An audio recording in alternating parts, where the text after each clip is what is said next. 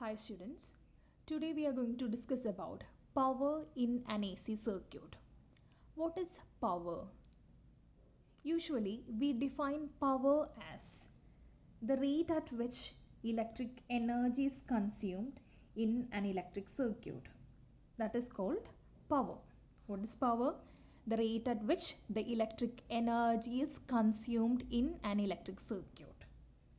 And for DC circuit, power is usually given by the product of voltage and current. That is how we find power in DC circuit.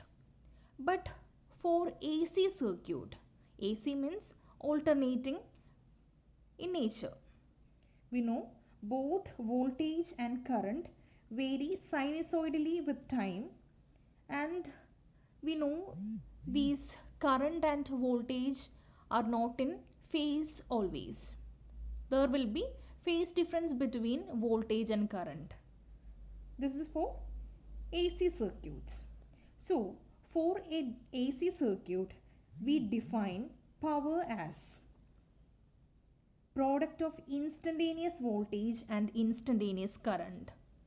I hope you have understood this. That is for AC circuits, voltage and current vary sinusoidally.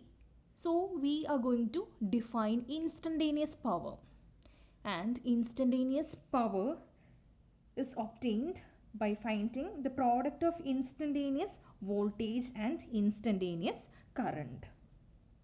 Okay, so this is about power for AC circuits.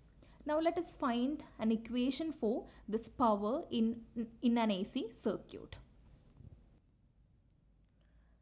So in an AC circuit, the voltage and current at any instant are given by the following two equations. That is, we are going to find instantaneous power, and at any instant the voltage and current are given by the following equations, and voltage E is equal to E0 sine omega t. This is the equation for instantaneous voltage. And let us write the instantaneous current as I is equal to I0 sine omega t minus phi. So these are the values of instantaneous voltage and instantaneous current. Here phi is the phase angle by which the voltage leads the current. Here when you check this equation, you can see that voltage leads the current by a phase angle of phi. Then let us find the instantaneous power. Okay. Instantaneous power P is equal to product of instantaneous voltage and current. P is equal to E into I. And let us substitute the values of E and I. So P is equal to E0 sine omega t into I0 sine omega t minus phi. P is equal to E0 I0 sine omega t into sine omega t minus phi. Then let us multiply and divide this side with 2. So this becomes 2 here. I multiply with 2. So I have to divide by 2 also. Therefore this equation becomes P is equal to E0 I0 by 2 into sine omega t sine omega t minus phi. Then what is 2 sine A sine B? 2 sine A sine B is equal to cos A minus B minus cos A plus B. You have already studied this equation, that is 2 sine A sine B is equal to cos A minus B minus cos A plus B. And here instead of A, here we have omega t, and instead of B we have omega t minus phi. And we are going to use this relation, and let us write this 2 sine omega t into sine omega t minus phi like this. Okay. So this will become cos, here A is equal to omega t and B is equal to omega t minus phi. So cos A minus B means it is cos omega t minus of omega t minus phi minus cos A plus B, which is equal to omega t plus omega t minus phi. Omega t minus omega t, so omega t will go and minus of minus is positive, so this will become cos phi minus cos omega t plus omega t is 2 omega t minus phi. So this will become cos phi minus cos 2 omega t minus phi. I hope this is clear.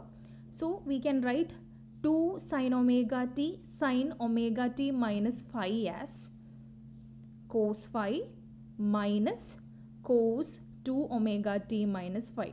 So I am going to put this value here instead of 2 sine omega t into sine omega t minus phi. Now we can write that as cos phi minus cos 2 omega t minus phi. So P can be written as P is equal to E0 I0 by 2 into cos phi minus cos 2 omega t minus phi. Okay. So this is instantaneous power P. E0 I0 by 2 into cos phi minus cos 2 omega t minus phi. Now let us find the average power dissipated per cycle. So average power dissipated per cycle is equal to average of this E0 I0 by 2 into cos phi minus cos 2 omega t minus phi will give us the value of average power dissipated per cycle. That is, in order to find the average power dissipated per cycle, we have to find average of this. Okay, so let us find the average power dissipated per cycle. So average power dissipated per cycle is equal to average of E0 I0 by 2 into cos phi minus cos 2 omega t minus phi. Then consider this second term. Second term is cos 2 omega t minus phi. Here this term is time dependent, and when you find average of this term over a cycle, it is found to be 0. Actually, we don't want to do the mathematical parts. We find it as 0 because this term is time dependent term, and when you find average of this term over a cycle, it is found to be 0. So we don't want to bother about this second term. Okay, then P average can be written as E0 I0 by 2 into cos phi, because this term will become 0 when you find its average over a cycle. So P average is equal to E0 I0 by 2 into cos phi. Then P average is equal to E0 by 2 can be written as root 2 into root 2. So this will become E0 by root 2 into I0 by root 2 into cos phi. That is, I write 2 as root 2 into root 2. So P average is equal to E0 by root 2 into I0 by root 2 into cos phi. And as we have studied, peak value by root 2 is RMS value of voltage and I0 by root 2 is RMS value of current. So P average is equal to E RMS into I RMS into cos phi. That is, average power dissipated per cycle is equal to RMS value of voltage into RMS value of current into cos phi. Okay. Or we can write P average as E RMS into I RMS into cos phi. From impedance triangle, cos phi is given as R by Z. So we can write P average also like this. So this is how we calculate average power. That is, product of RMS value of current and voltage and cosine of phi, cos phi. That is how we find RMS value of power per cycle. This is average power dissipated per cycle.